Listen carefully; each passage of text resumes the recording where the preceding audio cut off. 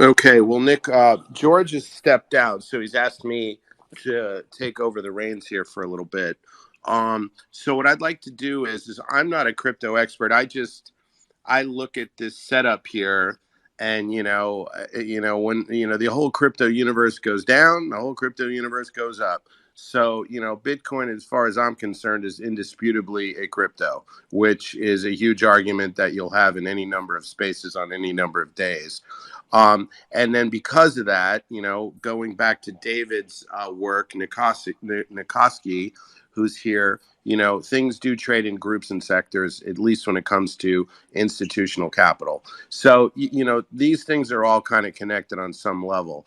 And when we see the Lunas, again, I've owned Bitcoin a few times as a long position, as a hedge against my MicroStrategy short.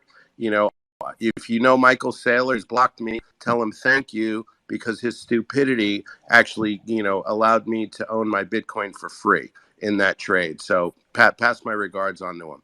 But in any event, when I start to see, Lunas and these things, I don't know the difference between Luna and Sol and the other however many thousands of them there are. But when we start to see them drop like flies, and when they're dropping like flies, it's taking a hit out of, a big chunk out of Bitcoin's value, taking a big chunk out of Ethereum's value. If you had one opportunity right now to set the record straight to everybody, whether you care or not is a different story. What risk statement would you make to the public about all of these other cryptos, many of which look like frauds? And let's just say Bitcoin is perfect, and it's the absolute best thing that's ever been invented ever, right? It's still lumped in with a bunch of garbage, right? So what risk statement would you say to the public that those other cryptos pose to Bitcoin itself? That's directed at me, I'm guessing, Yeah, for no, answers. definitely directed to you. And one last thing, if anybody's got a question for Nick, please come up. We're going to let you ask direct questions. Sorry, Nick, for that. Go ahead, please. No, and thanks for the reception here. I appreciate you guys giving me some time. Yeah, like I just hold Bitcoin. I think it's really the only crypto asset that I have full confidence in. It's the only one with a monetary policy that appears to be sound. The other ones have monetary policies which can be changed at will, and we see it happening all the time. And there's sort of dynamics where you've got protocol elites that get access to the sort of core logic of these other protocols, and then they can basically just use it to expropriate funds and enrich themselves at the expense of the community. And a lot of these other ones are venture backed, and I don't think venture firms should be investing in sort of what the next money might be, right? Like that's sort of not a world that I really want to live in, where the largest venture firms own like 80% of like the future monetary standard. So as far as I'm concerned, I don't really see any merit really outside of Bitcoin. Certainly, I wouldn't recommend any other crypto asset. And I think if you do own these things, you should be prepared to lose all your money. Obviously, investors in other crypto stuff did really well last year, but then we see the flip side of that now, and you're going to see these things draw down 95, 99%.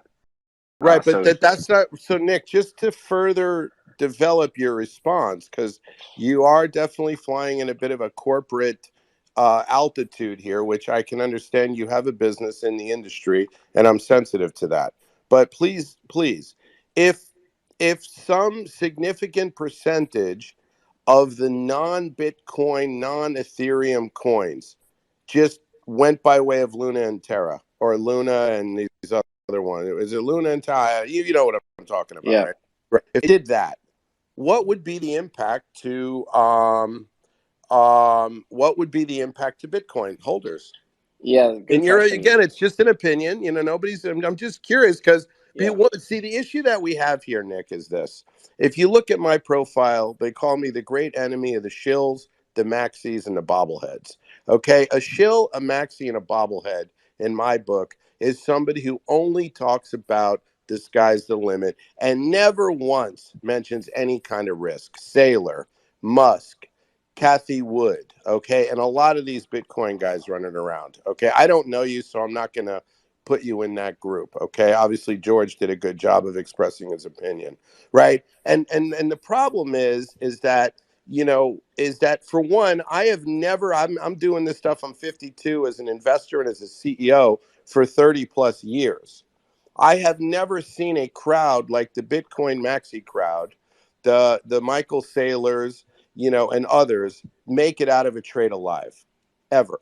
Okay, and the reason why is because they never talk about risk. So in the world of conflict of interest, okay, what we see in Kathy's world is that she never talks about risk, and she's on TV promoting all of this garbage. In the meantime, every day she's selling it.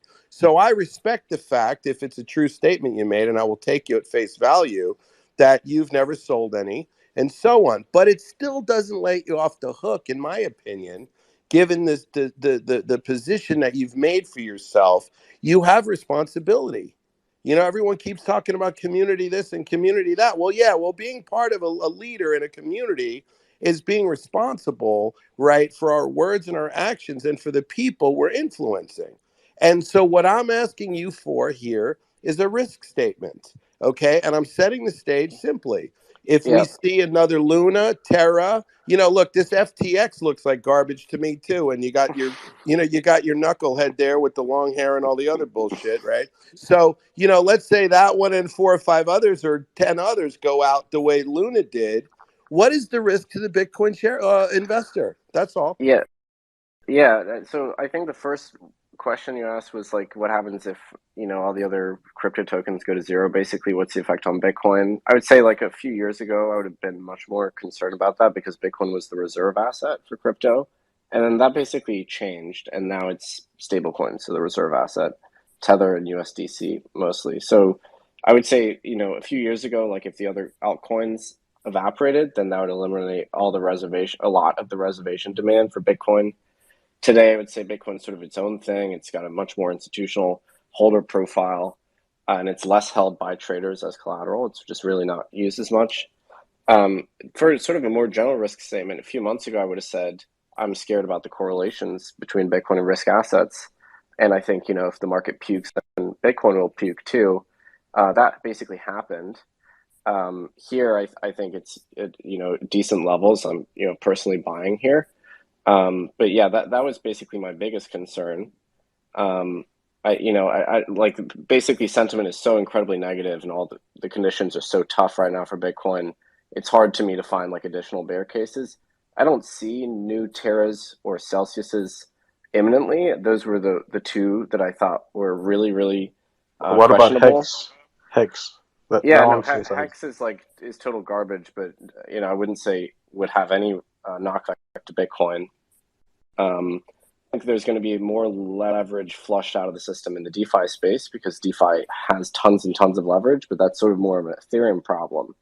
Whereas Bitcoin isn't really reliant on being the collateral in this like super rehypothecated DeFi ecosystem.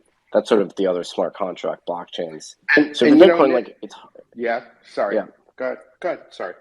I was just going to say, like, Bitcoin, to me, if you look at the market structure in crypto, is not as exposed to, like, some of the leverage of crypto, which should still be washed out because it's not reliant on, like, these DeFi ecosystems where you see a lot of the craziness, which is, that was the Celsius's crime is they invested in DeFi protocols.